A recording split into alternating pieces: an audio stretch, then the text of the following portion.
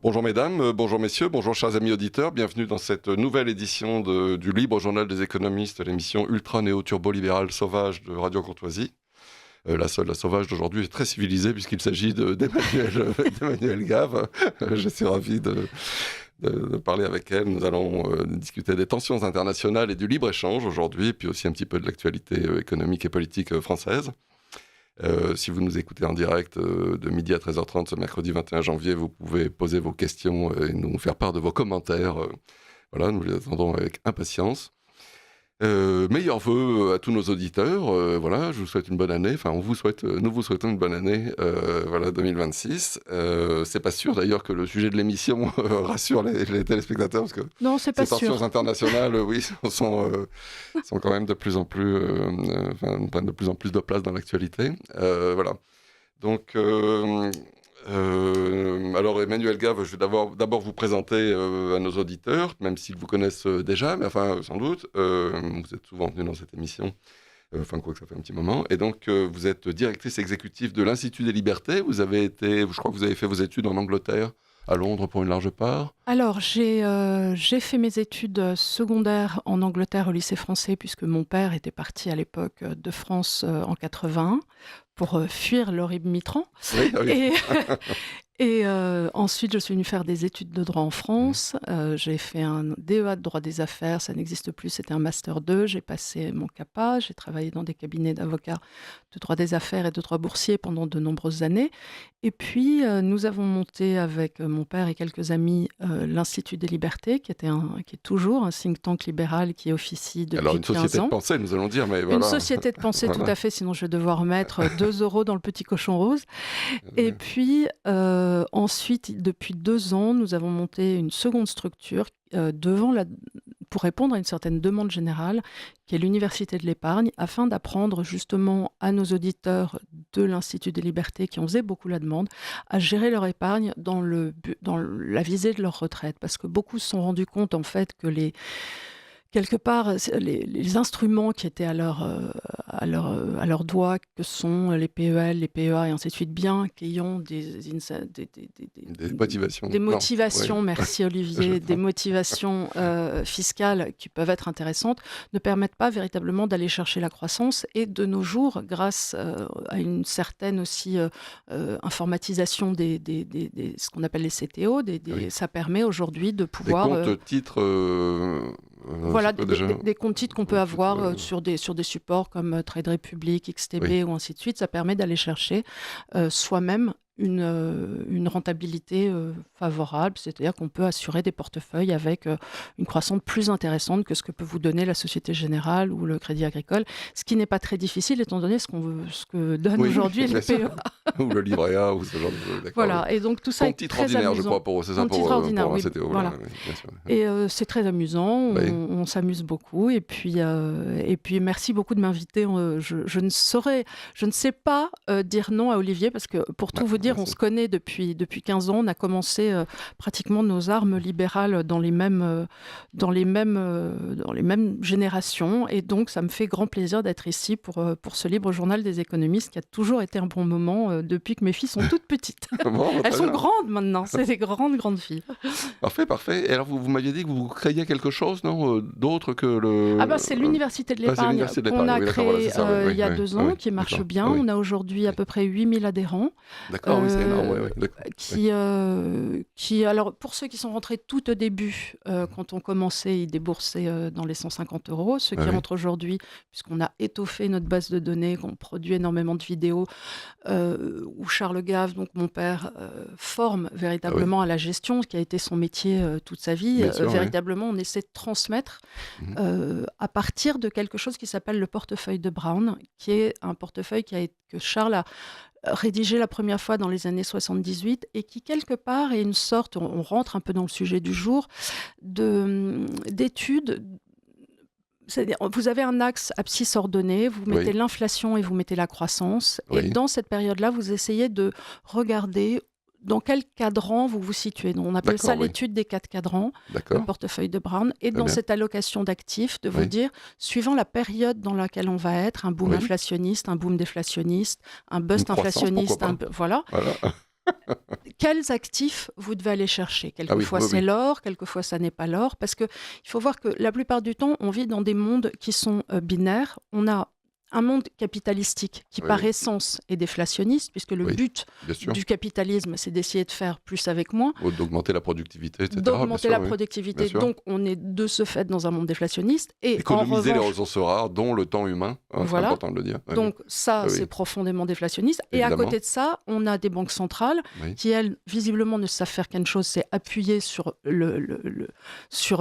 création de monnaie, sur la création de monnaie, voilà, sur c'est le ça, bien sûr, QE, oui, voilà. oui, bien sûr, oui, oui. Imprimer comme Bien des sûr. petits gorées. Voilà. Et ça, c'est profondément inflationniste.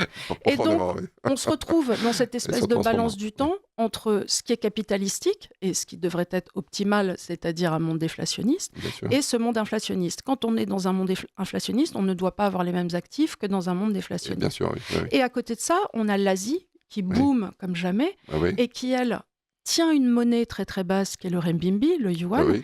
qui fait que par ailleurs, ça crée aussi une déflation pour le reste du monde. Oui, oui. D'accord, Voilà. oui, oui. C'est Ah, très profondément bien. déflationniste Oui, pour tous les évidemment, oui, autres. bien sûr, oui. Voilà, donc D'accord. c'est assez intéressant de regarder et personne ne regarde vers l'Asie. Et ça, c'est un de nos gros Oui. travails. On a la chance d'avoir évidemment des sociétés autres qui travaillent en recherche sur ces sujets-là.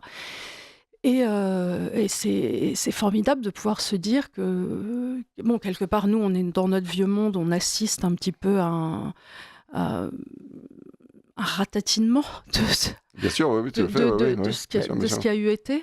Et Oui, oui, c'est sûr qu'en ayant, en dépensant, en taxant 47% du produit intérieur brut et en dépensant 58, on va dire, ou peu importe, 58%, je veux dire, les choses peuvent pas s'améliorer, quoi. Donc, c'est là pour le coup, on est dans une spirale qui est profondément inflationniste, hein, puisque les ministères demandent chaque année davantage. On l'a vu récemment quand François Bayrou a voulu faire 40 milliards d'économies par rapport aux 200 milliards d'augmentation prévue, hein, et on ne va pas y arriver. Enfin, le budget actuel qui ne sera pas voté, là, enfin, disons... qui va passer en 49.3. C'est pas oui, comme voilà, si enfin, peu importe, oui, oui, on enfin, s'y je sais attendait pas. Oui, Mais oui, ce qu'il faut voir, c'est que depuis la fin de la Seconde Guerre mondiale, on avait un monde où, en réalité, les États-Unis nous ont dit on va mettre des GI américains dans la roue et vous n'aurez plus, vous, monde européen, à dépenser autant pour une armée Oui. de qualité. ah oui, Donc, qu'est-ce qui se passe? Nous, on laisse notre armée française un petit peu vaquer tranquillement. On a une petite armée anglaise qui sont aujourd'hui les deux seules armées européennes qui valent quelque chose, hein.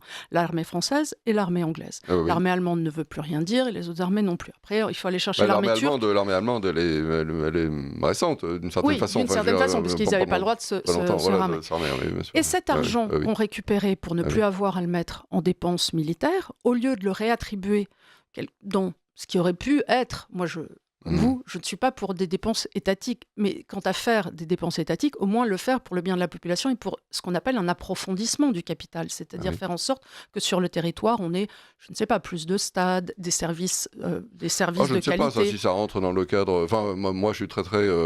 Enfin, déjà, même sur le régalien, disons, il y a des questions qu'on peut se poser. Il y a beaucoup de choses qui peuvent être faites par le privé. Enfin, disons, donc, Voilà. Mais alors, qu'est-ce qu'on a je vous choisi dis pas qu'il faut forcément Mais qu'est-ce prendre qu'on des a choisi mercenaires Non, pour remplacer notre armée, mais enfin, en tout cas pas tout de suite. Mais qu'est-ce qu'on a oui. choisi de faire au lieu de ça? On a pris Oui. cet argent qu'on ne dépensait plus dans l'armée et on a fait des transferts sociaux. Donc, on a fait Oui, des ou transferts sociaux la dépense étatique, enfin, disons, de pour payer collectivités territoriales. pour payer les C'est-à-dire, fonctionnaires. Oui, oui. oui, mais quand on Oui. regarde les oui. dépenses, on va voir que justement le régalien est Oui, à oui. l'os depuis la oui. fin de la Seconde Guerre Bien mondiale. sûr, bien C'est-à-dire, sûr. quand on dit Oui. les dépenses de l'État, en réalité, tout ce qui est justice, tout ce qui est armée, tout ce qui est fonctionnement global, hôpitaux et ainsi de suite, ne reçoit absolument rien. Et C'est 6%. C'est ridicule. c'est rien.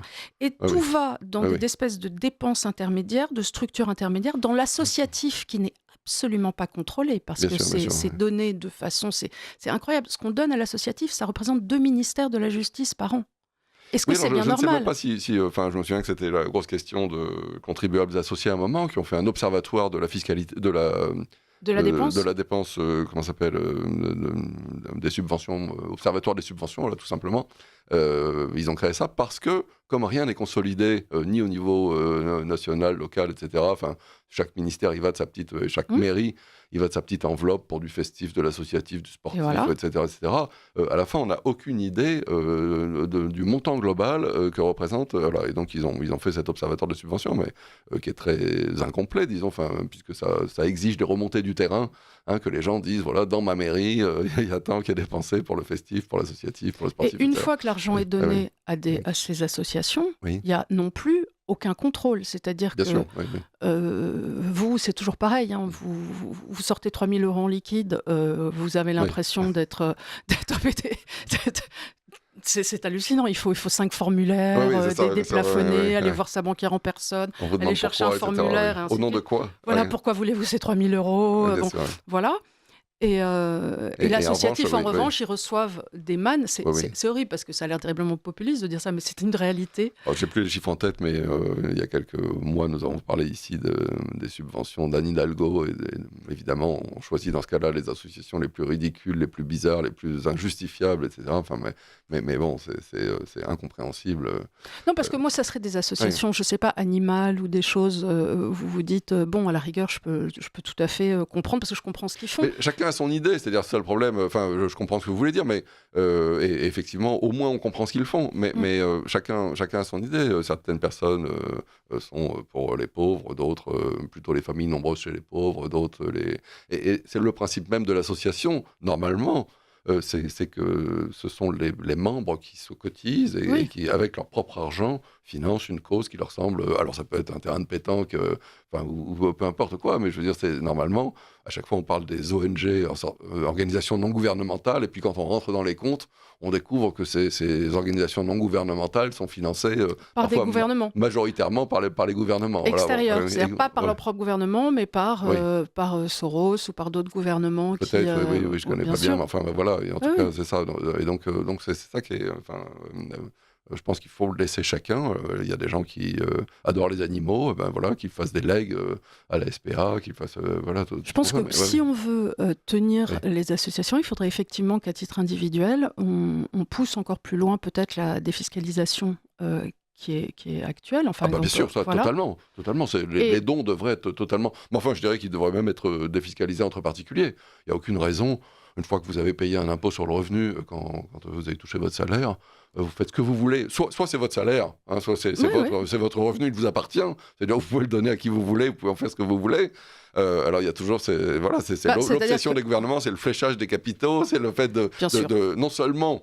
les capitaux qui sont taxés sont évidemment fléchés par le pouvoir, mais même les capitaux privés sont fléchés au nom des incitations dont on parlait tout à l'heure, des incitations fiscales, etc. Et ça, c'est une grave erreur, parce qu'on essaie toujours d'expliquer à l'Institut des libertés qu'en réalité, on ne peut pas flécher le capital, parce que le capital, c'est quelque chose... En vérité, la croissance ne se crée pas à partir de la consommation.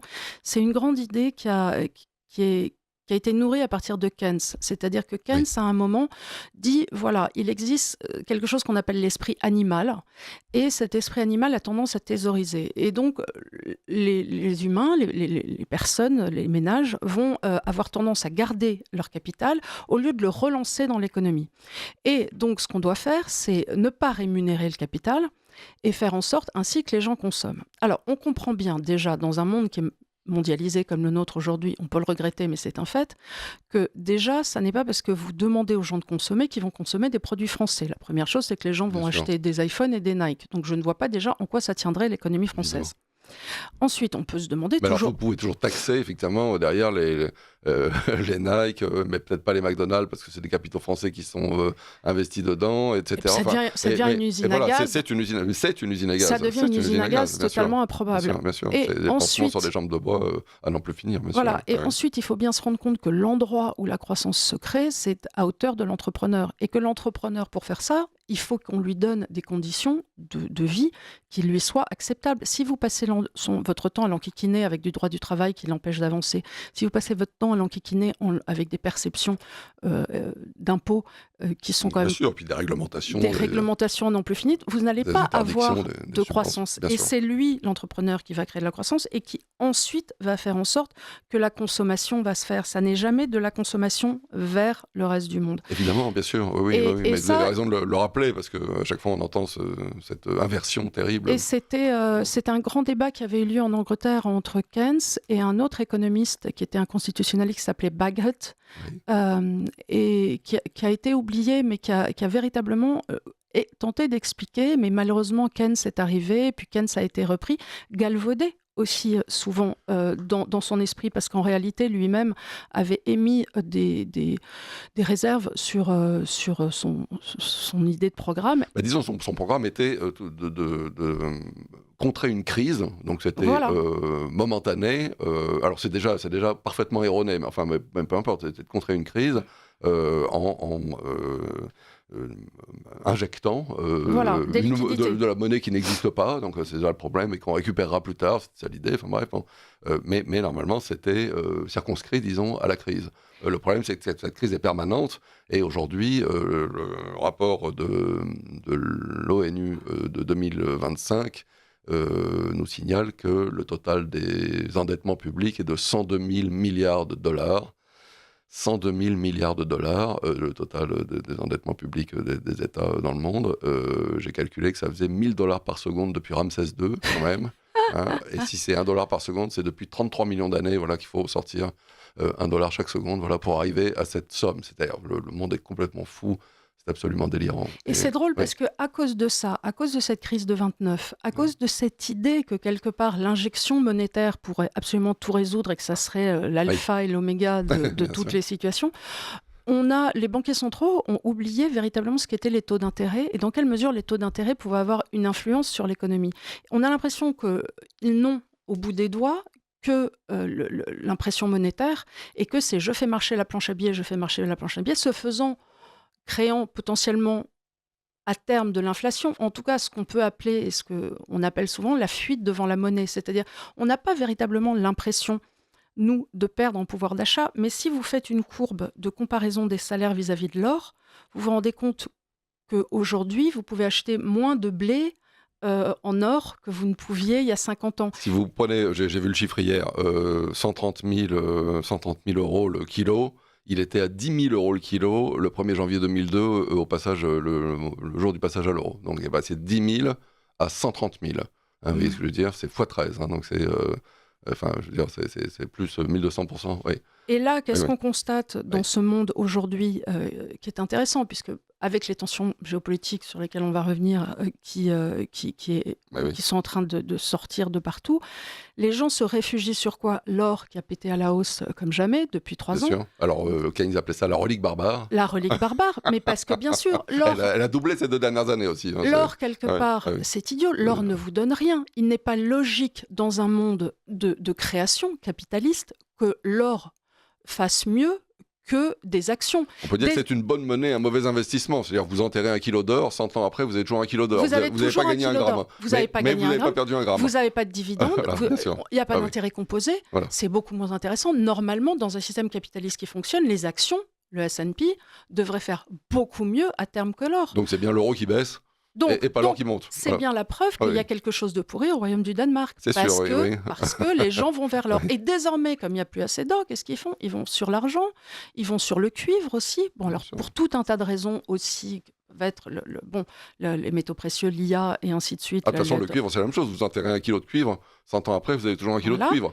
Oui, et bien sûr, désormais, on oui. peut se poser la question, avec les tensions géopolitiques qu'il y a eu autour de Maduro, c'est-à-dire qu'avec la capture, l'enlèvement, vous voulez le dire, de Maduro, désormais, les États-Unis ont quand même envoyé un message au monde qui était déjà passé avec la sortie de SWIFT de la Russie, qui est de dire jusqu'à présent, vous pensiez que si vous déteniez des obligations américaines, vous aviez quelque part une sorte de liquidité qui vous permettait d'acheter absolument ce que vous voulez à côté, du blé, des matières premières, ce que vous voulez. Et aujourd'hui, les États-Unis, avec cette capture, cet enlèvement, viennent dire au monde, écoutez, en gros, si vous n'êtes pas les amis des États-Unis, on vous coupe tout. Oui. Et puis alors, vos obligations, on verra si on vous les liquide, on verra ce qu'on fait avec. Et ce qui veut dire que quelque part, vous n'êtes plus autonome en termes de matières premières. Donc, qu'est-ce que va faire un pays comme la Chine? Parce que c'était aussi un message envoyé à la Chine, cette capture de Maduro, Ah puisque oui. on sait très bien que la Chine avait des liens avec le Venezuela et que ça ne plaisait pas à tout le monde. On peut revenir sur est-ce que Trump a eu raison ou tort? On va sûrement en parler parce qu'il Oui, oui, il est oui. ce qu'il est. Bon, mais ça veut dire que moi, je suis la Chine aujourd'hui. On fait ami-ami avec les États-Unis. Les tensions sont un peu résorbées parce que je crois que Trump a compris aussi qu'il ne pouvait plus véritablement prendre la Chine de face comme il l'avait fait il y a 5-6 ans. La Chine a véritablement intégré toutes ces chaînes de production. Elle est en autonomie totale. Elle a développé aussi un serpent monétaire avec tous les pays asiatiques adjacents. C'est-à-dire que désormais, le yuan est convertible? C'est pas véritablement Non. qu'il est converti, mais si on regarde, le yuan renminbi avec les monnaies autour, les monnaies coréennes, le thaï, le thaï baht et ainsi de suite. Ah oui. Avant, il y avait une immense volatilité des monnaies les unes par rapport aux autres. Et le yuan n'en faisait pas partie? Le yuan en faisait partie. Et quand on regarde aujourd'hui cette courbe, on voit très bien qu'il y a une volonté de maintenir un axe entre toutes ces monnaies. Et c'est très important parce que ça veut dire que quelque part, elles se parlent, toutes ces banques les unes aux autres, sans rien dire à personne. Et elles font attention de conserver une sorte d'alchimie entre elles, qui fait qu'elles sont toujours les unes. Il n'y a plus du tout de décorrélation. Oui, d'accord. Oui, il y avait un moment... Avec toujours la possibilité quand même pour le gouvernement chinois d'évaluer sa monnaie, comme il l'a fait encore il y a quelques années. Aujourd'hui, la vraie question, justement, c'est que aujourd'hui, si on devait parier sur quelque chose, ça serait plutôt sur un retour du yuan, du renminbi, à une valeur plus haute, parce qu'il est dramatiquement sous-évalué. Le renminbi, les Chinois ont toujours fait ça, les Asiatiques ont toujours fait ça. Pour pouvoir exporter, ils ont toujours maintenu des monnaies basses. Bien sûr, ça a été leur grand truc, surtout après la crise de 2008. Ils se sont dit, puisque c'est comme ça, puisque du jour au lendemain, on peut nous fermer l'accès au dollar, nous, on va avoir des comptes courants excédentaires. Les comptes courants excédentaires de l'Air Chine, on en parle, c'est quand même incroyable. Et on va aussi faire exprès de pouvoir exporter, et gagner des marchés. Et c'est ce qu'ils ont fait, sans coup fait rire, véritablement depuis 2008. Oui, avec cette clause quand même de 2001, je crois, à leur entrée dans l'OMC, l'ex-GATT devenu OMC, qui est précisément de ne pas avoir de convertibilité, de ne pas avoir de convertibilité de leur monnaie, ce qui permettait effectivement, alors ce qui était normalement une condition pour entrer dans les pays du GATT ou de l'OMC, et ce qui a permis aussi quand même de tuer beaucoup de marchés étrangers. C'est une vraie question. Est-ce qu'il fallait, parce que ça a été fait soi-disant, à l'époque c'était Deng Xiaoping, c'était plus ouvert, on va dire, que la Chine d'aujourd'hui de Xi Jinping, sans aucun doute. En tout cas, ça allait dans une direction d'ouverture plutôt qu'une direction de fermeture. Et donc, cette clause a été passée pour favoriser, pour encourager la Chine, on va dire. Or, c'est un peu ridicule. Je veux dire, aujourd'hui, je pense que beaucoup de gens se mordent les doigts de cette décision qui a été prise en 2001. De les autoriser à ne pas convertir leur monnaie au nom du droit de la volonté de les encourager.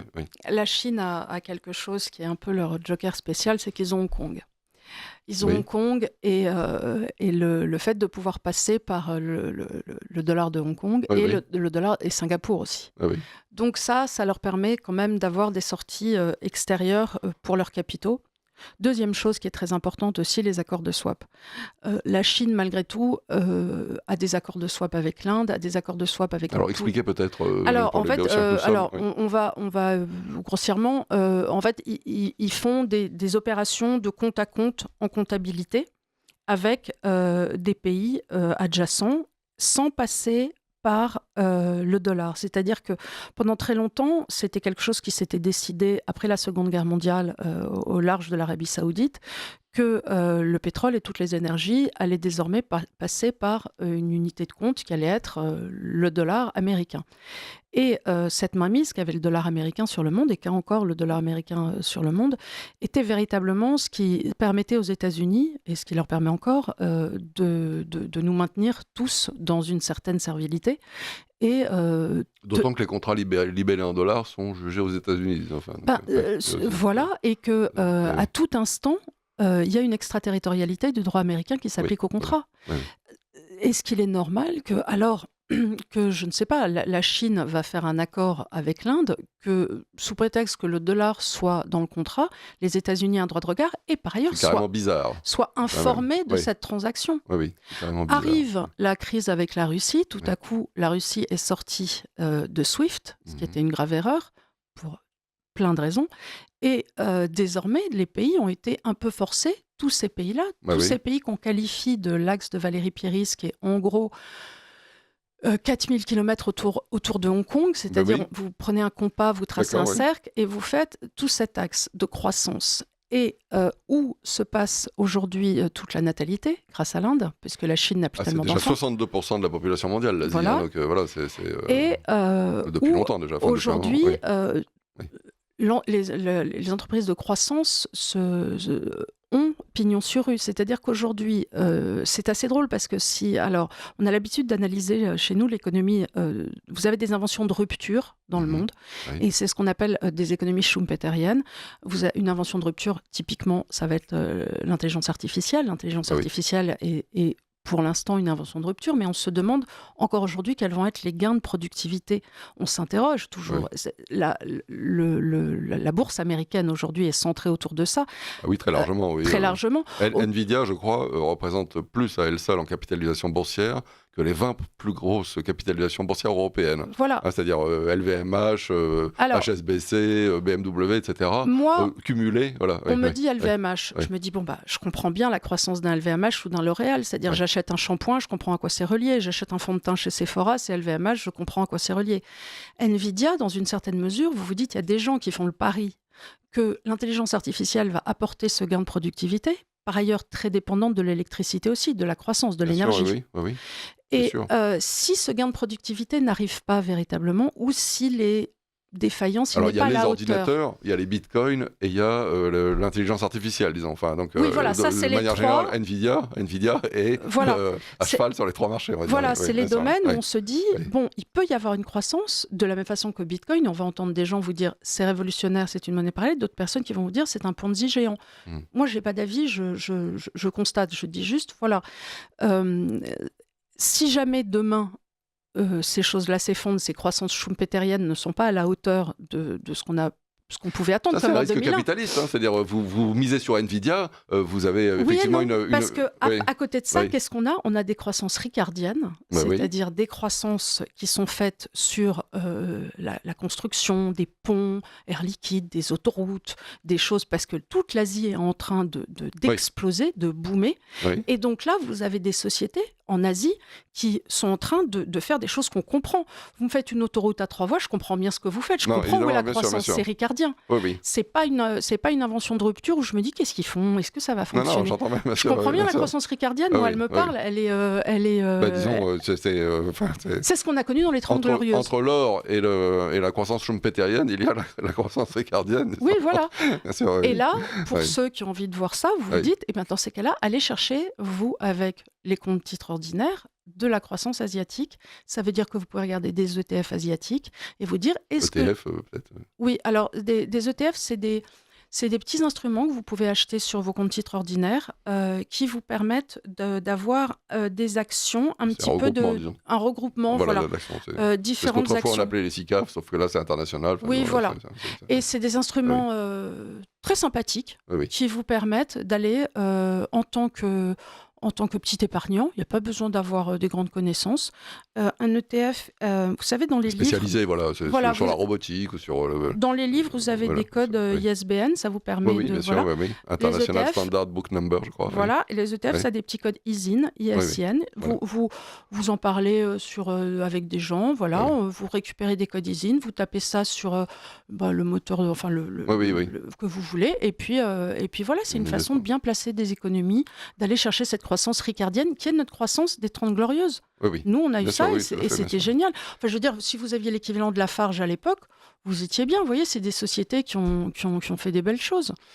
Alors, rappelons à nos auditeurs qu'ils sont à l'écoute de Radio Courtoisie. Le thème de l'émission d'aujourd'hui est tensions internationales et libre-échange, thème qui est déjà bien entamé. On était parti de la nécessité de déflécher les capitaux, on va dire, mais on va y revenir peut-être tout de suite. On va parler aussi un petit peu d'abord des nouvelles de la France.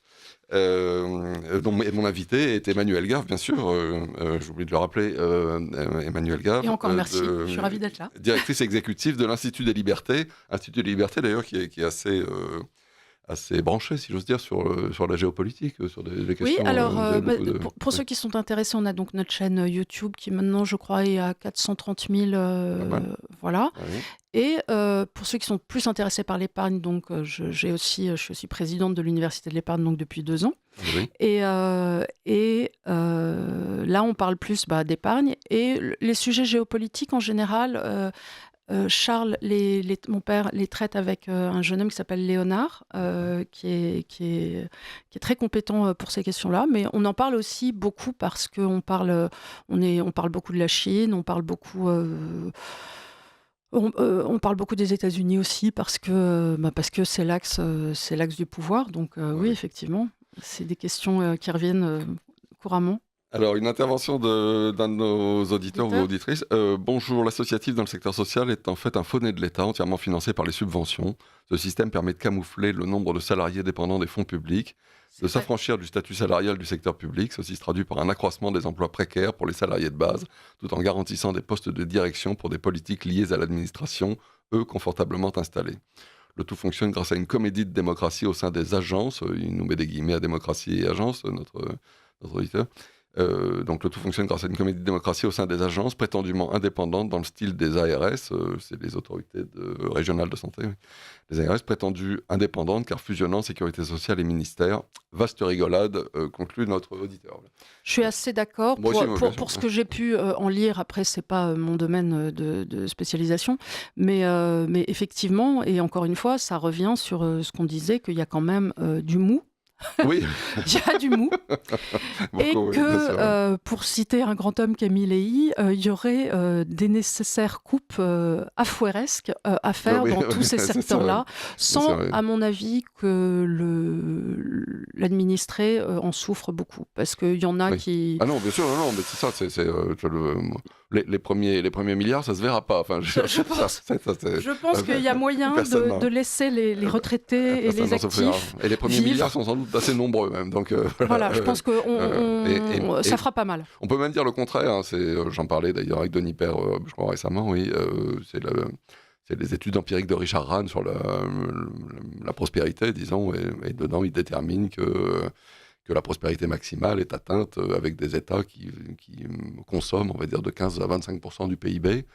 Pierre Bessard pense, et je suis dans sa roue, que c'est même surévalué, que lui met même entre 12 et 13%, enfin peu importe, tout ça pour dire que il y a vraiment une énorme déperdition, disons, qui se fait, et plus un État est gros, on le voit bien en France, plus un État est gros, moins il sert bien ses citoyens. C'est-à-dire, on s'imaginerait qu'avec tant de dépenses publiques, on aurait des hôpitaux absolument sublimes et des services publics et des trains qui arrivent parfaitement à l'heure, etc. Il n'en est rien. Hein, les trains suisses qui arrivent à l'heure, voilà. Il y a 2 problèmes. C'est que l'allocation de ressources qui a été faite dans les dernières années a été faite pour ce qu'on appelle pardon, je n'ai pas le terme en français, du middle management, c'est-à-dire on a rajouté des postes... les administratifs intermédiaires, on va dire. Voilà, merci. Dans l'administratif intermédiaire, et non pas ni des postes d'infirmières, ni des postes de médecins, ni quelque part de la valorisation de l'hôpital en lui-même, achat de machines et ainsi de suite. Donc c'est flagrant quand on regarde le nombre de fonctionnaires qui, pour l'éducation nationale, ne voient jamais un élève, si j'ose dire, ou c'est pareil dans les hôpitaux. Ou ne voient jamais un malade pour les hôpitaux, c'est terrible. Enfin, je veux dire, et si on fait des comparaisons avec des pays éminemment comparables comme l'Allemagne, enfin, je veux dire, mais le grand problème qu'on a en France, et j'ai lu un livre, évidemment, j'ai encore oublié le nom de l'auteur, mais qui est sorti il est passé beaucoup sur les ondes, qui est sorti en décembre, c'est la non-provision des retraites des fonctionnaires. Et ces postes-là, le poste des retraites, c'est une épée de Damoclès qui pend au-dessus de nous. Et je ne sais pas comment on va se sortir de cette histoire, parce que c'est énorme. Oui, c'est énorme, mais c'est d'autant plus énorme qu'en fait, l'État fait semblant de sortir de l'argent d'une poche pour la mettre dans l'autre. Le problème, c'est qu'il n'y a pas d'argent entre les deux. Et alors, du coup, les fonctionnaires ont désormais, sur le papier, disons, une retraite qui est payée par l'État, sauf qu'elle est payée avec un argent qui n'existe pas. Donc, comme ça ne vient pas remplir les caisses, à un moment ou à un autre, Donc, je ne vois pas très bien quels vont être les choix, à part de faire en sorte que notre monnaie, qu'est l'euro pour l'instant, devienne de moins en moins efficace et qu'il y ait encore une fois cette fuite devant la monnaie. C'est-à-dire, on ne s'en rend pas vraiment compte, mais on se rend bien compte au fur et à mesure qu'on peut acheter de moins en moins de choses avec... Alors, pour l'instant, l'Asie tient la croissance, puisque...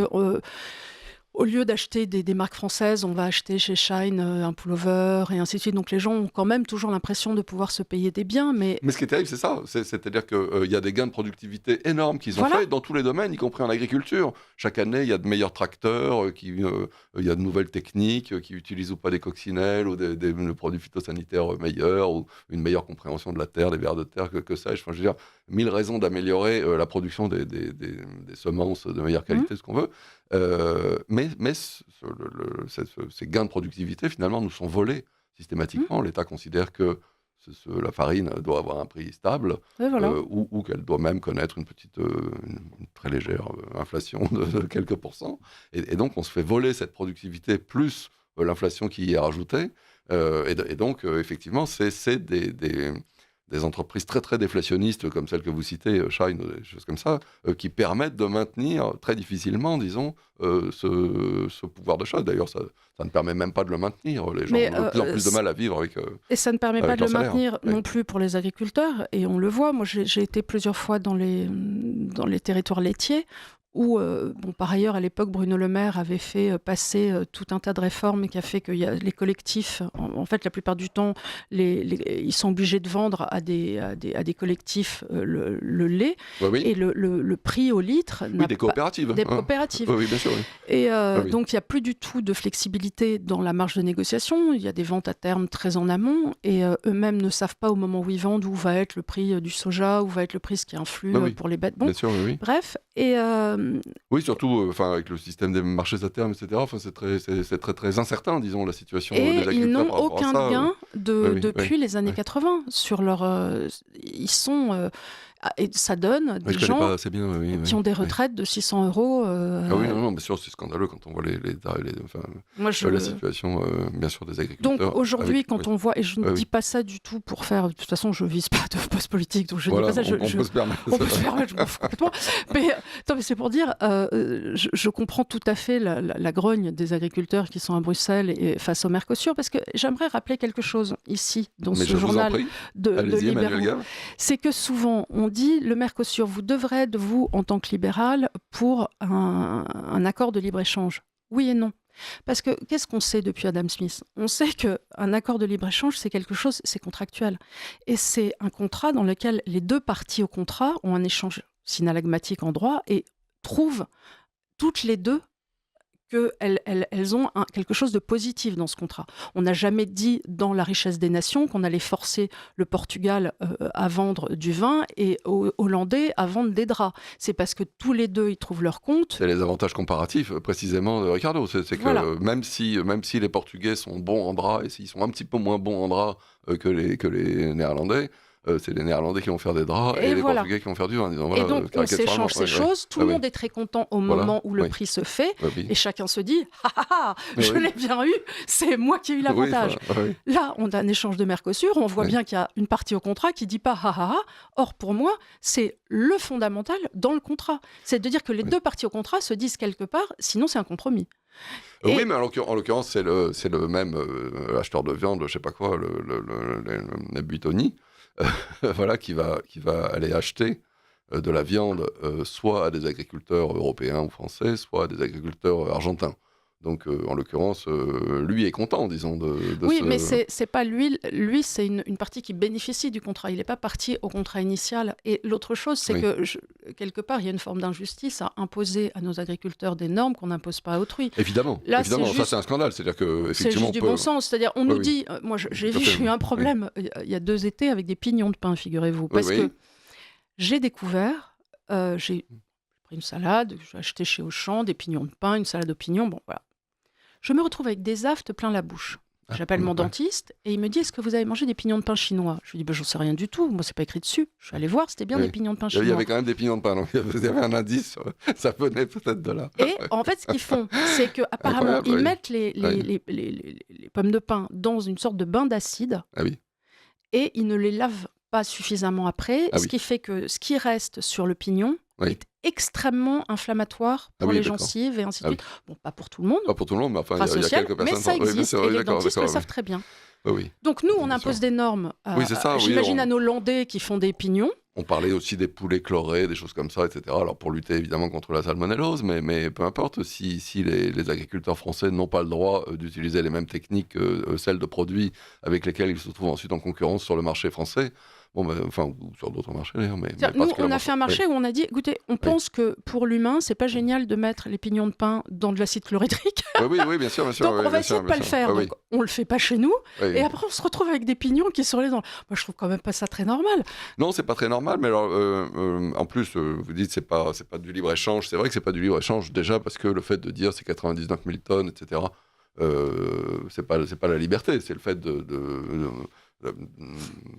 il y avait la même chose d'ailleurs, je crois, dans des accords avec le Canada, l'ALENA, enfin le monde donc mexicain, américain et canadien. Il y a quelques années, c'était des trucs qui faisaient 25 000 pages. Enfin, je veux dire, on n'est pas dans la liberté des échanges. La liberté des échanges, c'est voilà, vous avez des casquettes à vendre, il y a un Bolivien qui a des lunettes qui veut les échanger avec vos casquettes, boum, et voilà, on fixe un prix au contrat et tout le monde est content. Il a ses casquettes, vous avez vos lunettes, etc. Enfin bref, donc mais là on n'est pas du tout là-dedans. On est dans des choses qui sont au contraire extraordinairement, avec une précisée. Avec un détail, un luxe de détail inimaginable et pour le coup Ce qui nous amène à la question plus générale sur laquelle on peut quand même arriver, ce qui est le rôle de l'UE dans tout ça.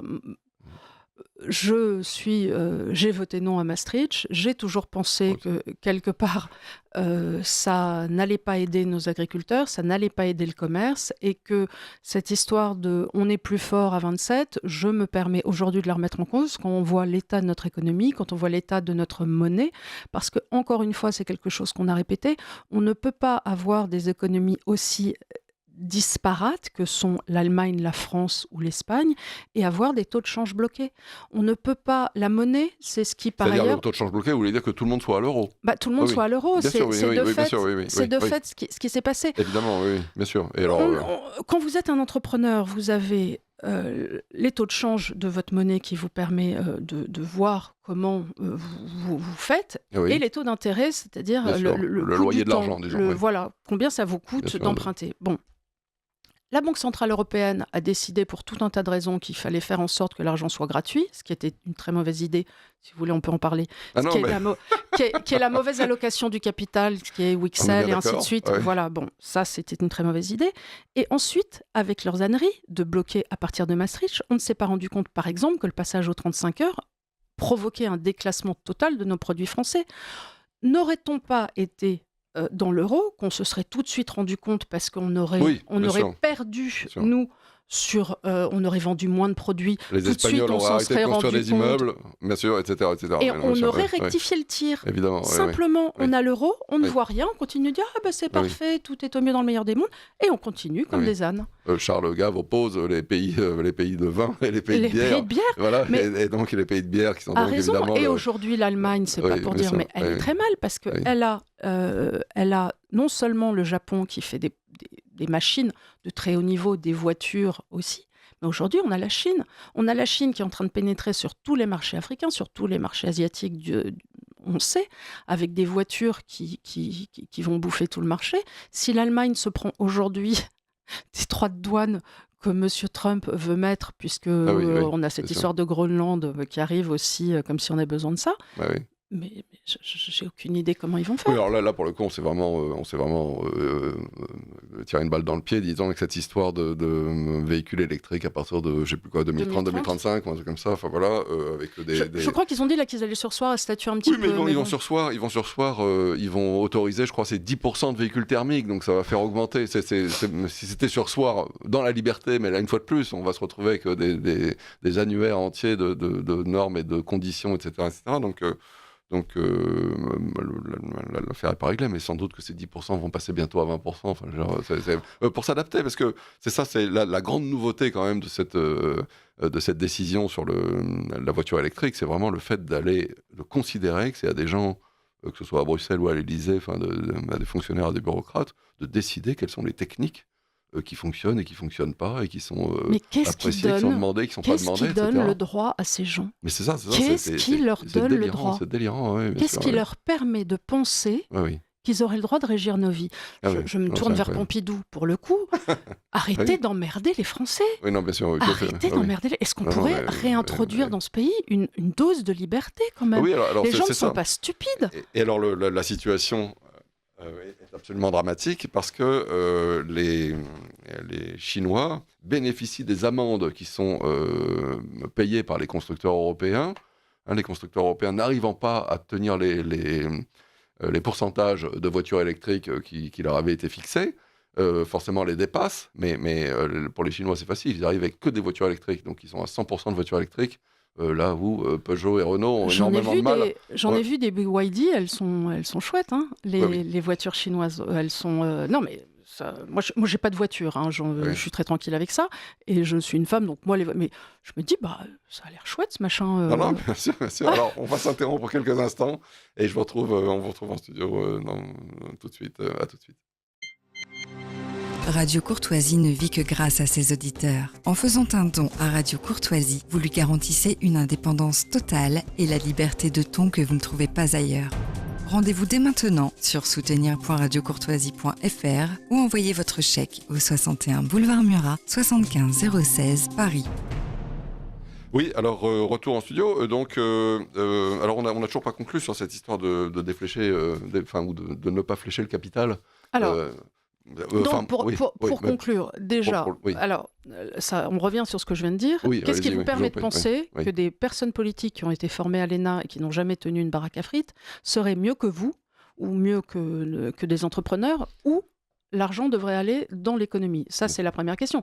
Qu'est-ce qui vous permet de penser aujourd'hui que Bruno Le Maire ou M. Sébastien Lecornu, pour ne citer que, puisqu'ils étaient dans des postes économiques... Sans méchanceté à leur regard, d'ailleurs. Non, c'est simplement pour dire... Pas plus que n'importe quel... Qu'est-ce qui vous permet de penser qu'un type qui a fait Normal Sup, qui est Bruno Le Maire, aurait une quelconque idée de où mettre le pognon pour que l'économie fonctionne dans le bien-être général? La vérité, c'est que personne n'est le marché à lui tout seul. Personne ne peut se substituer au marché. Personne n'est plus intelligent que le marché. Le marché, c'est la combinaison de millions d'actions. Donc, personne ne peut dire... Ensuite, attendez, c'est d'autant plus vrai dans une période où on est sorti, comme on parlait tout à l'heure, d'une économie ricardienne. Oui. Quand on était dans les 30 glorieuses, c'était facile. Il suffisait de dire, on est dans cette période de reconstruction, on voit bien, on n'a pas de route, on n'a pas de gymnase, on n'a pas de village, on avait toutes ces infrastructures à créer. Donc à ce moment-là, l'État peut, à la rigueur, dans cette période-là, avoir ce geste d'approfondissement du capital, qui est de dire, je vais prendre de l'argent ici et je vais créer des infrastructures de croissance qui vont permettre ensuite de créer effectivement de la croissance. Mais on est sorti de ça. On ne va pas faire des autoroutes parallèles au Vinci. On ne va pas faire des autoroutes parallèles aux autres autoroutes. Il y a un moment où on a tout. On a les TGV, on a tout. Bon, il y a quand même pas mal de ponts. Je pense que ce serait assez pertinent d'aller vérifier. Je pense qu'on a assez de ronds-points. Oui, ça, les ronds-points. Pour les ronds-points, c'est bon. Mais en revanche, pour les ponts, si on ne veut pas que ça s'écroule, je pense qu'il va falloir, faire attention. Qu'il y ait des investissements de maintien, de maintenance, et que tout ça soit fait, bien évidemment.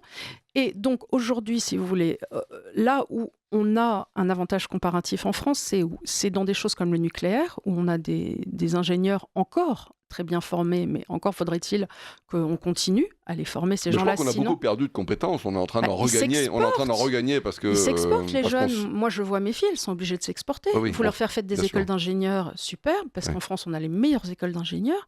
Et quand vous voyagez, vous vous rendez compte que partout, vous allez en Angleterre, vous allez dans la Silicon Valley, vous allez en Asie, à Hong Kong, vous avez que des Français. Ils sont obligés de s'exporter, les gamins. Vous êtes très chauvine, mais bon. Non, mais c'est en proportion. Je crois que le nombre d'Indiens ingénieurs qui sont formés chaque année. Quand ma fille était à Imperial College, elle était parmi les seules européennes et effectivement, la population asiatique est immense. En chinois et en indien. C'est 70% des ingénieurs qui sont en train de se former. Bien sûr, toute la croissance va être en Asie. Tous les ingénieurs sont là-bas. Alors, des interventions d'auditeurs. Le produit intérieur brut, nous dit celui-ci, traduit-il autre chose que l'assiette des impôts et taxes ? Quand le secteur public représente 57% du produit intérieur brut et que les soi-disant investissements publics sont entièrement financés par l'endettement, finalement reportés sur la dette de l'État, où peuvent être la souveraineté et la puissance ? Alors, de toute façon, je ne suis pas un grand fanatique des grands agrégats économiques comme le Non. produit intérieur brut. C'est jamais que le cumul de toutes les dépenses. Des disons. poireaux et des carottes, par Voilà, ailleurs, c'est des ça. choses qui n'ont pas à être. En réalité, il faudrait sortir la croissance privée. Et ça, on le fait dans nos travaux parfois, de regarder véritablement quelle est la marge brute d'auto-exploitation des entrepreneurs et si cette marge brute croît ou non. Je pense que je ne vais choquer personne en disant que c'est une catastrophe et qu'en France aujourd'hui, les entrepreneurs n'ont jamais été aussi à l'os parce qu'ils se font pomper de toutes parts par le poids des normes, par le poids des taxes, partout. Et plus le climat psychologique. Et on rajoute... Plus le fait que les gens n'arrivent plus à vivre avec leur salaire. Voilà. Et on rajoute à cela le climat politique et social qui est de dire les entrepreneurs sont des suceurs de sang, Haro, Bernard Arnault, il faut tous leur faire rendre gorge. Ce qui n'est pas en plus très agréable pour les pauvres entrepreneurs qui essaient juste d'ouvrir une seconde crèmerie. Assimiler tout l'entrepreneuriat comme fait la gauche à Bernard Arnault est complètement stupide. Parce que nous, on a un terrain d'entrepreneurs qui sont des petites PME qui n'est pas du tout, qui n'ont rien à voir. Encore une fois, les gens parlent toujours du CAC 40. Mais c'est aussi parce qu'on a tué nos ETI. C'est-à-dire que, moi je le rappelle souvent à ce micro, c'est que dans les années 80 et 90, il y avait 10 000 entreprises qui chaque année disparaissaient pour des questions de droit de succession. Donc sur la période, ça fait 200 000 entreprises quand même en 20 ans qui ont disparu uniquement pour ces questions de droit de succession, l'incapacité de payer les droits de succession. Forcément, les ETI, ça vient des PME. À un moment, il faut qu'une entreprise soit petite avant de devenir moyenne ou grosse, en général, souvent. Et donc voilà, c'est pour ça qu'aujourd'hui, on se retrouve effectivement avec très peu d'entreprises de taille intermédiaire en France. Oui. Voilà, or c'est ça qui fait, c'est ça qui crée l'emploi. C'est ça qui crée l'emploi. C'est-à-dire la croissance aujourd'hui, c'est les emplois de demain, encore une fois, le théorème de toute façon, comme on dit, les grosses entreprises ne peuvent que licencier. C'est-à-dire qu'elles ont connu la grande croissance qui les a amenés à avoir 100 000, 200 000, 250 000 salariés. À partir de là, elles essaient de faire des gains de productivité, etc. Et donc, là, c'est assez rare, comme on dit, les arbres ne montent pas jusqu'au ciel. Donc les grandes entreprises sont, hélas, un petit peu condamnées à licencier. Disons, et puis, il y a eu toute une série de boulots un petit peu alternatifs qui ont été créés dans les dernières années. Et on se rend compte avec l'IA que désormais, on n'a plus forcément besoin de tout ça. C'est-à-dire que c'est déjà le cas aux États-Unis. C'est horrible d'ailleurs parce que il y a aux États-Unis, quand on fait on dépose une assignation, on doit faire quelque chose qui s'appelle un brief. Et on se rend compte que ce qui prenait à peu près un associé junior une semaine à rédiger est rédigé en 8 heures par une IA. Parfois même en 4 secondes. Je veux dire, voilà. Si elle est bien, si la chose est bien rédigée. Donc on arrive un peu au problème qui est de dire oui, mais alors là, de sorte qu'on n'a plus besoin de recruter des avocats juniors, mais si on ne recrute pas des avocats juniors, ils ne seront jamais seniors. Ils seront jamais seniors. Donc il va falloir trouver une façon de les former, les petits, parce que ou alors on paye tout un tas de gens, rien foutre. Mais ça va être une vraie question, ça. Tout à fait. Je vais quand même faire des annonces d'actualité libérale parce que sinon on les fera jamais. Donc voilà. Alors il y a une école du libéralisme le 24 janvier, donc c'est ce samedi. Si vous voulez vous inscrire, c'est contact@irefeurope en un seul mot irefeurope.org. Pierre Garello nous parlera le matin, ça commence à 9h30 je crois, nous parlera de la concurrence institutionnelle et fiscale. Et puis ensuite, François-Xavier Oliveau nous parlera, le nom de sa conférence sera « L'écologie peut-elle être libérale ?» Là, ma réponse est oui. J'envoie vers Roger Scruton qui a écrit des choses formidables sur ça, qui est certes un conservateur, mais moi je n'ai pas de problème à travailler avec des conservateurs. Et il a la vision la plus pure de comment on peut effectivement intégrer, nous, les gens de droite, la question écologique dans notre vision. Et Samuel Furfari, que j'adore. Et notre ami Fergan Aziari, qui avait écrit Bien sûr, l'excellent livre Fergan. L'écologie contre la modernité, qui vient de sortir d'ailleurs l'islam contre la modernité. C'est la collection contre la modernité, qui vient de sortir l'islam contre la modernité, oui, Fergan Aziari.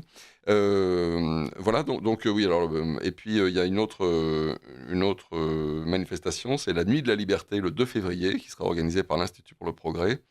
Il y aura notre amie Lisa Hirsig, ainsi que Nathalie Janson, Anne de Guigné, Alain Madelin, Hervé Novelli, Éric Larchevêque, Robin Rivaton, Nicolas Bouzou, Erwan Lenormand et plein d'autres personnes de qualité comme ça. Les inscriptions peuvent se faire à Institut pour le Progrès, tout ça en un seul mot sans accent, .org. Et vous allez dans la rubrique événements.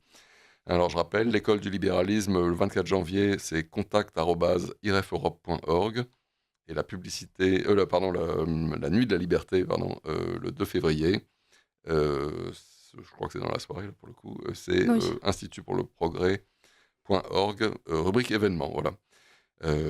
Et sinon, il y a eu hier, Lisnard, Oui, David Lisnard, oui, qui était à la Mutualité, voilà, et donc avec les soutiens, entre autres, de Charles Gave, bien sûr, de Sophie de Menton, de Boilem-Sansal, de Franz-Olivier Gisbert, d'Alexandre Jardin. Alexandre Jardin qui était mon invité il y a quelques mois pour parler des gueux, voilà. Et d'ailleurs, depuis, ce libre journal des économistes s'appelle aussi le libre journal des gueux. Les deux renommés. on Voilà. est toujours des gueux. Et donc voilà, c'était... alors, il a déclaré qu'il serait de toute façon candidat, alors soit à la primaire, aux primaires de la droite, s'il y a des primaires qui sont organisées, soit directement s'il n'y avait pas de primaire. Je Voilà. pense pas Donc, qu'il y aura... Moi, je pense pas qu'il y aura de primaire, mais bon, ça, parce que, enfin, moi, si j'étais un candidat républicain et ainsi de suite, je sais pas si je ferais une primaire avant les 500 signatures. Est-ce que ça serait pas plus logique de faire une primaire une fois que tout le monde a ses 500 signatures? c'est-à-dire que l'avantage de faire une primaire, justement, c'est que les LR, comme le PS, d'ailleurs, même avec le peu de nombre de voix, enfin le petit nombre de voix, même le PC, je crois, avec le petit nombre de voix qu'ils ont aux élections présidentielles, par exemple, un claquement de doigts et il y a suffisamment de maires communistes, socialistes ou LR pour vous donner vos 500 signatures. Donc c'est quand même l'avantage. Valérie Pécresse, à l'heure où elle a été, elle a fait 4,5 ou je ne sais plus combien à la présidentielle, mais à l'heure où elle a été désignée comme étant la candidate de la droite, elle avait 1000 signatures. Enfin, Mais moi, je suis Valérie Pécresse. Oui. Je ne prends pas le risque de faire une primaire avec Alexandre Jardin. Parce que je me dis, moi, j'ai mes 500 signatures, mais pourquoi je lui donnerais à lui? C'est mon invité du mois dernier, Denis Père. Justement, c'est le problème qui est arrivé. Ils l'ont exclu. Ils n'ont pas voulu le mettre sur la... Voilà, donc, parce qu'il y avait trop de risques de le voir gagner alors qu'il n'était pas un vieux LR. Voilà, oui. Je pense qu'ils ne prendront jamais ce risque parce que c'est des vieux crocodiles de la politique et qu'ils ne vont jamais faire... Ça serait démocratiquement formidable, mais cyniquement, je ne pense pas que ça se passera. D'accord. Je le regrette, mais je l'analyse comme tel. Non, d'accord. Voyons, je peux être déçu en bien, comme disent nos amis suisses. C'est ça, voilà, c'est ça. Je peux être déçu en bien. Alors, vous êtes à l'écoute du Libre Journal des économistes. Le thème de l'émission d'aujourd'hui est tensions internationales et libre-échange. Et nous en parlons avec Emmanuelle Gave, la directrice exécutive de l'Institut des libertés. C'est ça. Une intervention d'auditeur. Trump a déclaré que le Venezuela serait libre d'acheter exclusivement des produits états-uniens en échange de leur vente de pétrole aux États-Unis. Alors, libre est marqué en majuscule. En fait, les pétroliers états-uniens ont-ils besoin des pétroles de sable bitumeux de l'Orénoque pour rentabiliser leurs investissements dans les pétroles de schiste exploités aux États-Unis et au Canada et qui ne donneraient plus suffisamment? Ça, je ne sais pas. Vous avez une opinion là-dessus? Je finis peut-être juste la question, ou le commentaire. Les réserves soi-disant prouvées du Venezuela sont-elles aussi fiables que les promesses de Zelensky sur les métaux et terres rares qui reposaient sur des estimations soviétiques ne tenant aucun compte des conditions d'exploitation? Alors, Emmanuelle Gave, je vous écoute. Alors, on va revenir maintenant un peu dans le dur de ce sujet, qui était l'application de la doctrine Monroe, devenue la doctrine Donroe désormais par l'application de Donald Trump. Ça faisait un bon moment que Donald Trump disait... Alors peut-être expliquer la doctrine Monroe. Alors, attends, on va d'abord revenir sur quelque chose. C'est que J.D. Vance, au discours de Munich, avait très nettement dit, comme message au monde, les gens... L'histoire de les États-Unis défendent le reste du monde, c'est fini. Aujourd'hui, nous allons faire ce qu'on appelle la forteresse America, c'est-à-dire que nous allons développer l'axe américain dans toute sa longueur, allant de l'Argentine jusqu'au Groenland, raison pour laquelle ça se pose. Et vous, le reste du monde, ma foi, vous pourrez vous dépatouiller tout seul. Mais est-ce qu'il y avait vraiment cette Pax Americana, est-ce qu'elle reposait vraiment sur le fait que l'Europe devait rien dépenser pour sa défense? C'est peut-être une interprétation extensive, on va dire, qui a été faite entre autres par la France. Il y avait quand même combien de GIs américains Oui, non, mais bien 6000 GI américains du côté de la Ruhr qui tenaient quand même tout le monde un petit peu tranquille. Et à la fin... Mais en l'occurrence, c'était quand même... C'était finalement l'Allemagne nazie qui était tenue, disons, dans un pays qui n'avait pas le droit d'avoir son armée, qui était tenue par ces GIs. Et c'est très généreux, si j'ose dire, de la part des Américains, beaucoup d'auditeurs ne vont pas être d'accord, mais de dépenser cet argent pour l'Europe. Alors ça, pour le reste, pour l'Angleterre, la France, etc., l'Espagne et tout, tous ces pays-là étaient censés s'armer d'abord contre la menace russe, et puis plus globalement. Mais encore une fois, on a choisi de dire finalement, cet argent, puisque quelqu'un d'autre s'en occupe, on va le mettre en dépenses sociales et on va faire des transferts sociaux massifs avec une immigration non contenue qu'on a choisi d'alimenter par des subsides. Et par ailleurs... Les États-Unis aussi ont décidé quand même de leur côté de faire appliquer leur doctrine sur le pétrodollar.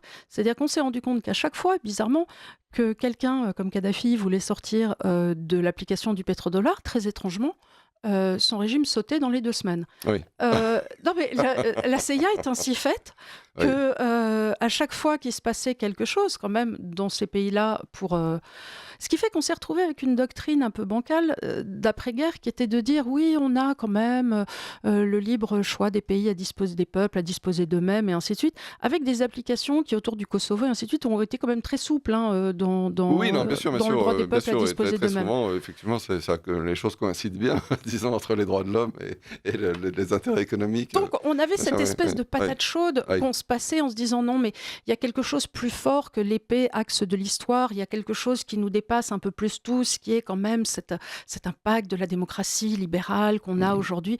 Puis là, Trump est arrivé en sifflant la fin de raclée en disant non, désormais, ça va être celui qui a le plus gros bâton. Et moi, j'ai dit que c'était moi qui avais le plus gros bâton, donc maintenant, ça va se passer comme ça. Alors, tout le monde est un peu marri en se disant, nous, on trouve pas ça super bien que vous alliez sur le Groenland, parce que quand même, le Danemark, évidemment, est pas très content. Et Trump dit, oui, mais écoutez, c'est pas parce que vous êtes arrivé avec un bateau il y a 600 ans que ça vous donne un droit. Si on part de là, il n'y a pas beaucoup de pays qui peuvent se sentir souverains. Il y a beaucoup d'incertitudes. Je veux dire, les frontières sont meubles par essence. On a toujours bougé des frontières, et c'est pas en tant qu'ancienne descendante d'Alsaciens que je pourrais dire autre chose, parce que Dieu sait qu'elles étaient à droite, elles étaient à gauche, elles étaient au milieu, les frontières.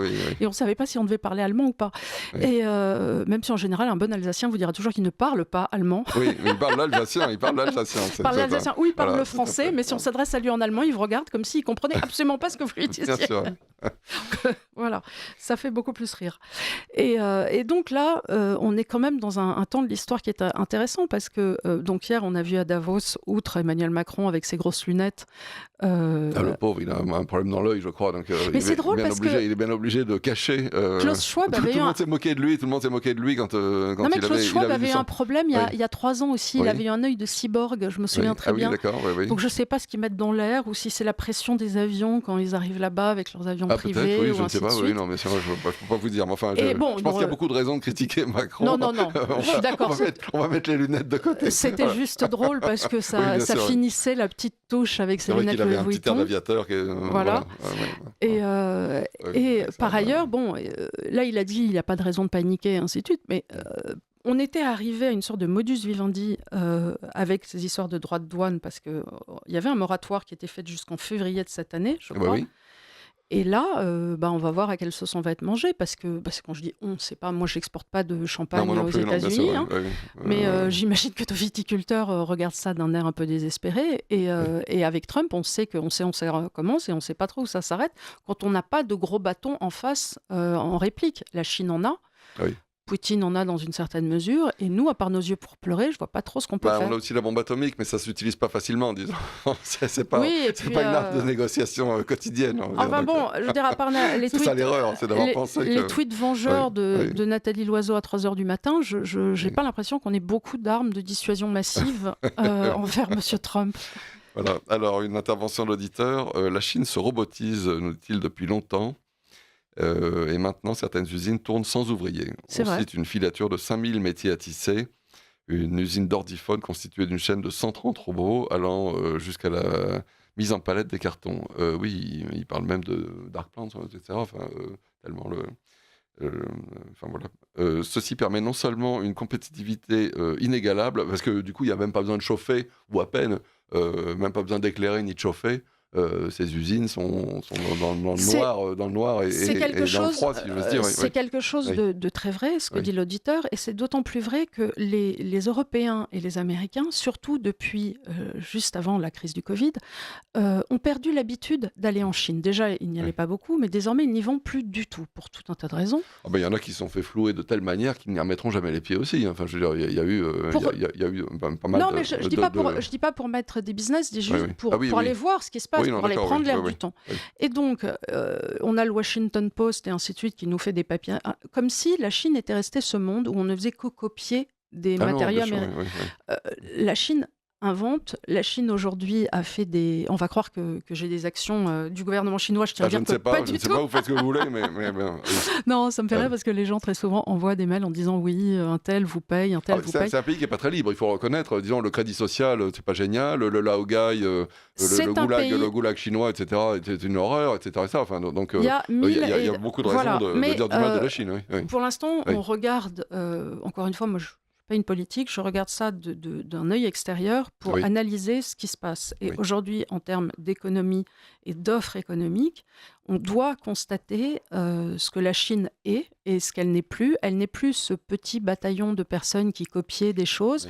Elle est aujourd'hui très en amont. On a vu sur l'intelligence artificielle.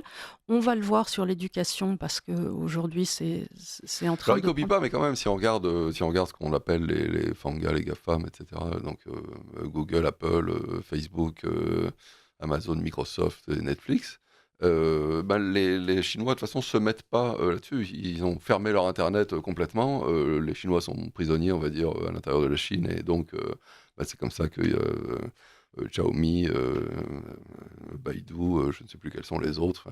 Voilà, tous ces Tencent, etc. Ces entreprises chinoises prospèrent finalement sur une absence. Alors, je ne dis pas qu'elles n'ont aucune qualité, qu'elles sont incapables de faire quoi que ce soit. Comme vous le disiez, les voitures chinoises sont très belles, extraordinaires, ont l'air de très bien fonctionner, etc. Donc, il n'y a aucune critique sur les capacités, l'intelligence des Chinois. C'est une civilisation 4000 ans. Enfin, je veux dire que, bref, il n'y a pas de critique. Je dirais des choix de l'homme structurels, voilà. Mais enfin, je veux dire, c'est quand même des marques, des entreprises qui ne sont pas en concurrence avec les entreprises occidentales qui ont initié ces marchés. Voilà. Et alors, pour des raisons évidemment de liberté, de non-liberté des Chinois, hein, c'est la raison en tout cas qui avançait, mais c'est sûr que ça leur permet aussi de se développer en dehors de ce contexte international. C'est là que les choses sont un petit peu étranges, disons. C'est-à-dire que la monnaie est pas ou peu convertible, et les entreprises vivent sur un énorme marché protégé. Et comme on est stupide en plus, on leur propose de percevoir les amendes qu'on donne à nos constructeurs parce qu'ils n'ont pas le bon pourcentage de voitures électriques sur le marché européen. Bon, et ce qu'il faut voir, c'est que c'est quand même un pays qui a, en l'espace de pratiquement 2 générations, sorti des millions de personnes de la misère la plus noire. Et aujourd'hui... Enfin, ils étaient dans la misère la plus noire pour des raisons de communisme. Pour des raisons de communisme, bien évidemment. Quand même, oui. Il s'y était mis tout seul. C'est ça, on est d'accord. On est d'accord. Mais c'est quand même à noter qu'en l'espace d'une génération, on a sorti, c'est-à-dire aujourd'hui, les enfants les plus gros sont en Chine, là où... Super critère. Non, mais nous, quand on était petits, on disait « Finis ton assiette, pense aux petits Chinois ». On s'en souvient quand même. On s'en souvient quand même. Aujourd'hui, les petits Chinois, ils finissent les assiettes de tout le monde. Oui, d'accord. Non, mais c'est... Ouais, c'est plutôt, enfin, en tout cas aux États-Unis, c'est plutôt un signe de pauvreté, l'obésité. Oui, parce que c'est... bien sûr, mais enfin bref, c'est ce que disait Warren Buffett quand on lui demandait, quand on lui demande, mais comment sait-on qu'on est dans un ménage qui a du bien quand vous êtes invité dans un dîner, il dit il y a toujours des tas de petits légumes. Ah oui, bien sûr. Coupé très très fin. Voilà, c'est ça. Et c'est vrai que pouvoir se payer des tas de petits légumes, c'est quelque chose pour les riches. Oui, tout à fait. Oui. Mais alors, l'incroyable croissance de la Chine, c'est aussi la preuve de l'extraordinaire plasticité du capitalisme. C'est-à-dire que maintenant, vous voulez lancer une usine, fabriquer des boulons, j'en sais rien.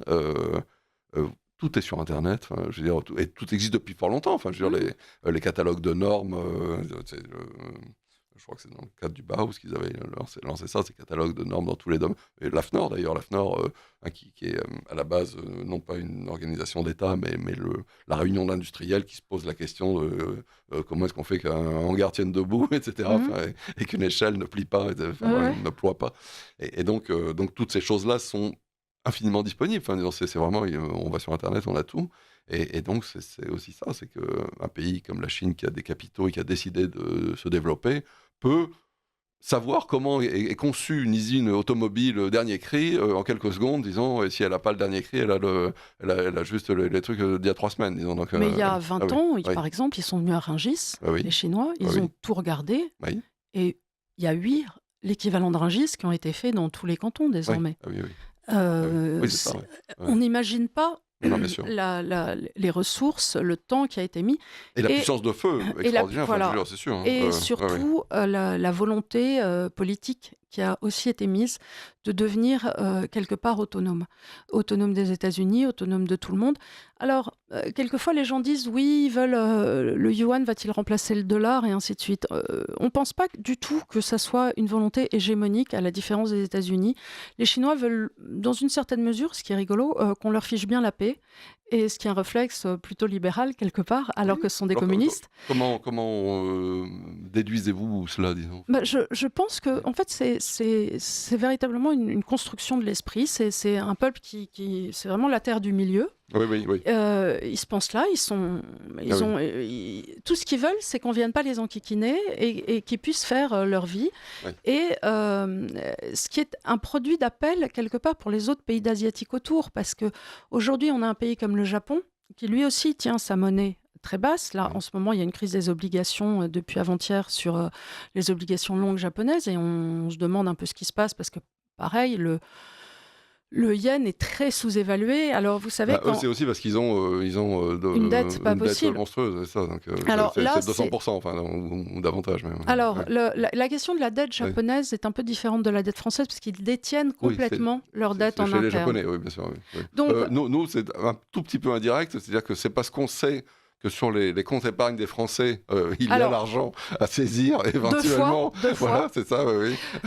Mais par ailleurs, notre dette est aussi détenue par des grands fonds de pension, notre dette française, des grands fonds de pension qui peuvent être américains, chinois, japonais, justement parce que ça, c'est quelque chose. Les Japonais détiennent énormément de dettes de pays étrangers, parce que comme leurs obligations d'État en interne ne leur donnent rien, un très mauvais rendement, Madame Watanabe l'a bien nommé, qui est l'équivalent de la veuve de Carpentras pour chez nous, va mettre ses pépettes ailleurs. Donc elle a acheté quoi ? Des obligations du Trésor américain, elle a acheté beaucoup d'or, bien sûr, elle tient les marchés aussi, et elle a acheté des obligations ça et là, ayant l'obligeance donc de nous filer son bon argent contre des bouts de papier et de tenir ainsi nos transferts sociaux. D'accord, oui. Alors je vais reprendre le premier paragraphe de notre auditeur, parce que sinon son commentaire est coupé. Alors, la Chine surbotise depuis longtemps, et maintenant certaines usines tournent sans ouvriers. On cite une filature de 5000 métiers à tisser, une usine d'ordiphone constituée d'une chaîne de 130 robots, allant jusqu'à la mise en palette des cartons. Ceci permet non seulement une compétitivité inégalable, mais aussi une souplesse des volumes de production, en réduisant si besoin la voilure et les coûts fixes à moindre frais. C'est bien un problème de ciblage des investissements et surtout d'intelligence des décideurs. La question est de savoir si nous sommes dirigés par des imbéciles ou des traîtres. Il nous met ça en gras. C'est pas exclusif. J'ai comme une crainte que nos meilleures écoles d'ingénieurs rejoignent en qualité notre meilleur système de santé du monde. Comment former des ingénieurs compétitifs quand on est en retard sur les méthodes de production ? Voilà, donc, je ne sais pas. Alors, commentaire justifie à lui-même. Oui. moi, sur ces questions-là, je pense qu'on a encore en France des personnes très compétentes. On a formé à l'IX, aux arts et métiers, ainsi de suite, tout un tas sur le nucléaire, sur toutes ces questions, tout un tas d'ingénieurs qui ont encore eu les mains dans le cambouis. Mais le problème, c'est qu'il faut qu'ils transmettent.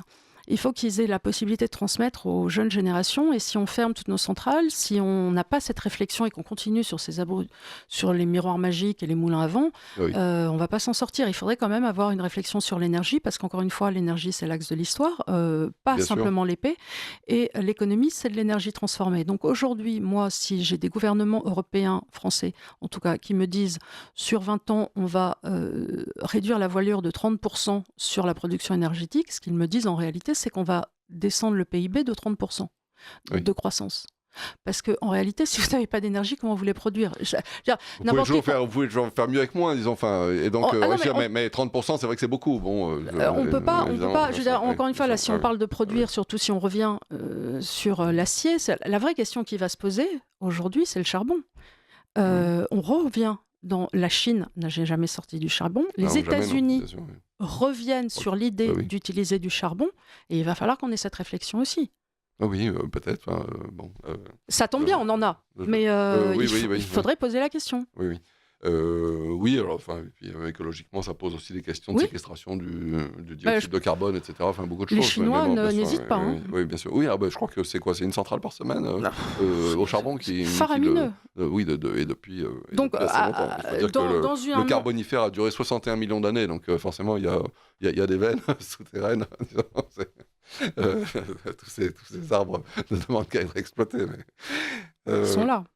Alors, un commentaire d'une auditrice qui nous dit « Bonjour à tous, je peux être déçu en bien, un helvétisme apparemment qui rappelle que le verbe décevoir jadis avait le même sens qu'en anglais, à savoir tromper, comme le signale le littré. Désolé pour cette digression, belle émission. » Merci pour le compliment, chère auditrice, et puis merci aussi pour votre recherche votre érudition. Et un autre commentaire, comment les eurocrates peuvent-ils espérer vendre quoi que ce soit sur le continent américain, nord ou sud, quand Trump revient à la doctrine Monroe et qu'il a décidé une réindustrialisation qui peut réussir s'il reprend les marchés aux Chinois? Il y a au moins 20 ans que l'on pouvait estimer que l'Allemagne serait dépassée et privée de ses exportations principales en Chine, l'automobile et la machine-outil. La qualité des produits chinois est largement équivalente, si ce n'est supérieure. Tout à fait. La tirelire de l'Euroland est-elle déjà vide, nous demande cette... Il est à craindre que la tirelire de l'Euroland soit déjà vide et que la véritable question qui se pose aujourd'hui est celle du sauve qui peut. Et qu'aujourd'hui, la question qui se pose, s'il n'y aura pas des canaux de sauvetage pour tout le monde sur le Titanic, qui va prendre les premiers canaux de sauvetage? Et cessons de parler en métaphore. Alors, la partie souverainiste, j'y arrive, la partie souverainiste qui m'habite aurait tendance à vous dire... Dieu du ciel, sortons de l'euro, sortons de cette économie qui nous écrase, revenons à notre monnaie. La monnaie, c'est véritablement ce qui nous définit, c'est une souveraineté. On ne peut pas véritablement diriger un pays, on ne pourra pas faire les réformes nécessaires si on ne revient pas à cette monnaie. Et vous ne croyez pas à la monnaie privée ? Je veux bien écouter des monnaies privées, ça ne fonctionne pas à terme, et la concurrence sur les monnaies n'est pas une bonne chose parce que la monnaie est une prérogative régalienne pour tout un tas de raisons. Si vous voulez, on avait fait une émission avec Fergan il y a 10 ans. Alors on ne va pas se lancer à 13 minutes de la fin sur la question de la monnaie, mais elle est fondamentale. Et pour l'avoir traitée Urbi et Orbi, je peux vous dire que, en tous les cas, une monnaie est une prérogative régalienne comme la justice. C'est la position, en tout cas, de l'Institut des libertés depuis toujours. C'est notre position. Voilà. Sûr, Et pour tout un tas de raisons, moi, je veux bien avoir des monnaies privées accessoires, mais en réalité, ce qui fait qu'un contrat... Pas accessoire, de mon point de vue, mais ça, c'est autre chose. Oui, mais ce qui fait qu'une monnaie est véritablement à force, c'est le pouvoir d'envoyer des gendarmes avec un gros bâton vous taper dessus si vous n'aurez pas votre contrat. Or, si vous avez une monnaie privée, sauf à ce qu'on rétablisse aussi des milices privées, mais dans ces cas-là, on arrive dans un État qui va être un peu la Sicile au XIVe siècle. Si on veut arriver dans des grands-duchés où chacun avait sa police et où on se mettait des roustes, mais on avait l'or aussi, qui servait quand même des talons de valeur pour tout le monde à cette époque-là. Il n'est pas exclu de revenir à l'or. Puis il y a aussi le Bitcoin qui est constitutionnellement déflationniste. Alors je ne sais pas si vous êtes... je crois pas que vous soyez une grande... une grande croyante Non, j'ai pas de problème. J'aime beaucoup l'idée du Bitcoin dans sa conception Milton Friedman quelque part, qui était l'idée Hayekian même. D'avoir un grand ordinateur qui augmente quelque part la masse monétaire tous les ans. En l'occurrence, elle n'augmente pas précisément. Elle n'augmente plus. Elle va encore augmenter un peu, disons, mais elle va s'arrêter. Et puis après, on aura des scissions. Le Satoshi va toujours être plus petit, disons. Ce qui va permettre ensuite une réévaluation avec des cours du Bitcoin en question. On verra ce que ça donne. Alors c'est une monnaie pour le coup qui est, contrairement à l'or, qui est stable, disons, par nature, qui est normalement déflationniste, sauf si tout le monde, évidemment, quitte le Bitcoin un jour. Ce qui n'est pas totalement exclu non plus, mais enfin. La direction semble... Le Bitcoin, c'est le seul qu'on regarde avec attention. Après, en termes de placement, nous avons toujours choisi à l'Université de l'Épargne de choisir des produits qui n'avaient pas de volatilité. Pour toutes ces raisons-là, en général, comme l'idée c'est d'axer vers une retraite pérenne, évidemment, le Bitcoin est quand même très volatile et ça donne des coups au cœur pour les gens qui n'ont pas l'habitude. Oui, alors c'est pour ça que quand on parle d'épargne, on distingue le long terme et puis on désensibilise, on va dire, son épargne à la volatilité. Plus on se rapproche du moment de la retraite ou du moment où on veut toucher cette épargne ou utiliser cette épargne. Et donc, au départ, on peut miser quand même aussi sur des jeunes entreprises de croissance, par exemple, qui là aussi peuvent être très incertaines. Mais là, par exemple, juste après Noël, le Bitcoin a quand même pris un petit pampan en correction, et il y a des gens pour qui c'est impossible à vivre. Ah non, ça, bien sûr. Qui, quand ils voient un cours descendre de 10, 20, 30 balles... Ah non, mais ça c'est ce que disaient d'ailleurs Pierre Noza et Philippe Erlin, qui étaient mes invités il y a quelques mois. Ici, on parlait précisément du Bitcoin. Ils disaient que... comme toujours d'ailleurs, qu'il ne faut pas investir de l'argent qu'on ne peut pas perdre. Ça, de toute façon. Voilà. Et puis aussi que le conseil qu'il donnait, c'est si on veut s'investir en Bitcoin, c'est d'acheter un petit peu chaque semaine, comme ça on profite aussi des baisses de cours. Nous, ce qu'on a fait dans le portefeuille, c'est qu'on a fait une allocation d'actifs avec 4 actifs. Et pour l'instant, le portefeuille, depuis 2 ans, est en hausse entre 13 et 18%, suivant le moment où vous êtes rentré. Et comme ça, ce qu'on garantit, c'est pas que ça soit super sexy, c'est un peu une lada. C'est juste l'idée de se dire, vous passerez partout et vous aurez une rentabilité. Et c'est pour ça que moi, je n'ai pas mis de Bitcoin dedans, parce que je sais que Bitcoin va me donner... pas me donner ce rendement, et puis pas me donner un rendement pérenne sur ce que je vise, qui est un rendement d'au moins 10% tout le temps. Voilà. 10% annuel ? Oui. En réel. Alors oui, on n'a pas beaucoup parlé des tensions géopolitiques, des tensions internationales. Dans notre analyse géopolitique. On n'a pas parlé de l'Ukraine, de Gaza, de l'Iran, à peine du Groenland, de l'Argentine. Alors, le Groenland, Taïwan. On peut faire des paris. Je ne suis pas allée sur Polymarket, mais les chances sont que Trump y aille quand même. Parce que, encore une fois, revenons à cette histoire de Fort America. Pourquoi Trump veut-il le Groenland ? C'est parce que quand même, c'est toute l'ouverture vers l'Est et vers la Russie. Donc, c'est quand même l'idée... Si on regarde la map monde de haut, on comprend très bien pourquoi géostratégiquement... Il a déjà l'Alaska qui permet d'aller vers la Chine et la Sibérie. C'est quand même de dire, on voit bien qu'il veut toute sa carte comme ça. Je comprends dans une certaine mesure, même si ça se fait pas, pourquoi il voulait pas avoir le Venezuela au milieu avec un gars qui était quand même... Il y a quand même Cuba qui... on ne modèle pas non plus le monde. Le problème... il a peut-être le pouvoir de le faire. Mais oui. C'est ça. Le problème, c'est que on revient à une doctrine impérialiste de l'ancien temps, qui était celui qui a la plus grosse épée. Et on ne s'est pas préparé, nous. Qu'est-ce qu'on a fait, nous, depuis 50 ans ? Des transferts sociaux, encore une fois. Notre armée est relativement à l'os. Alors, on peut décider aujourd'hui de se réarmer, de mettre de l'argent là-dedans, mais ça voudrait dire quoi ? Ça voudrait dire qu'on arrête, parce qu'on ne peut pas. Je rappelle on est 3 400 milliards de dettes. On dépend quand même des marchés extérieurs qui doivent nous financer.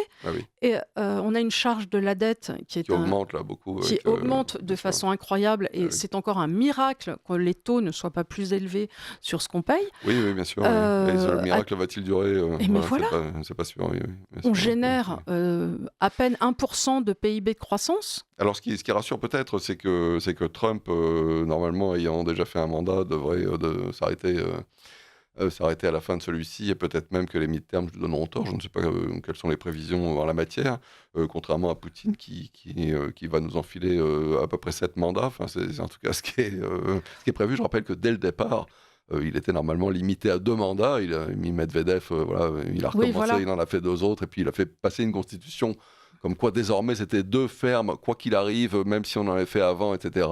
Mais comme c'était une nouvelle constitution, on mettait tous les compteurs à zéro, et donc il est reparti pour 2 mandats qui sont plus longs, évidemment, que ceux du départ qui étaient de 4 ans. Maintenant, c'est des mandats... Mais en réalité, Trump, en géopolitique, est assez facile à lire.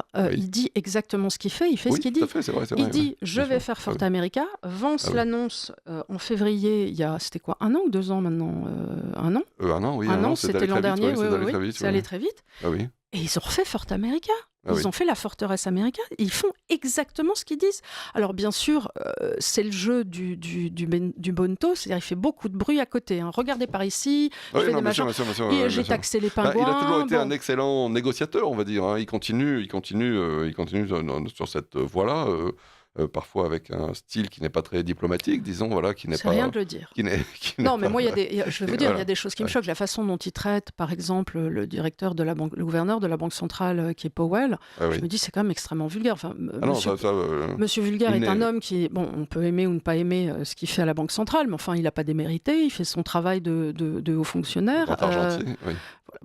Et on se dit, mais enfin, il le traite d'idiot. Oui. Bon.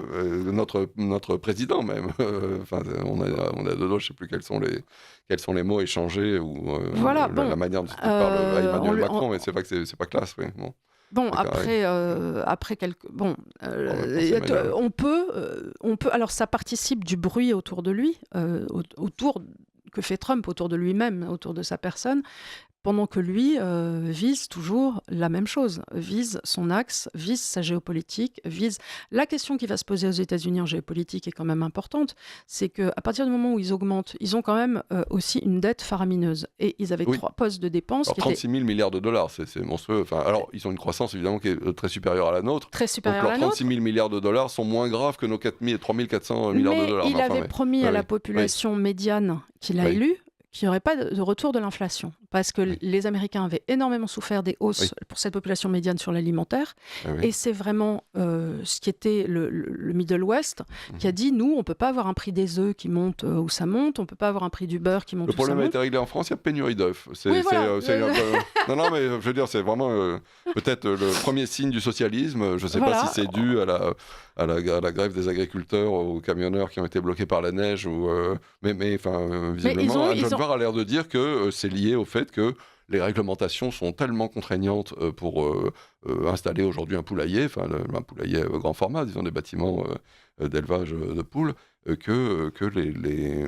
Alors, et puis il y a un deuxième facteur, disons, c'est que c'est une protéine pas chère, donc forcément, comme les Français sont de plus en plus pauvres, ils mangent de plus en plus d'œufs, mais il y a pénurie d'œufs, c'est délirant. Mais enfin, moi, je suis très sensible à ça quand je vois des pénuries. Je me dis, ça y est, on est parti vers...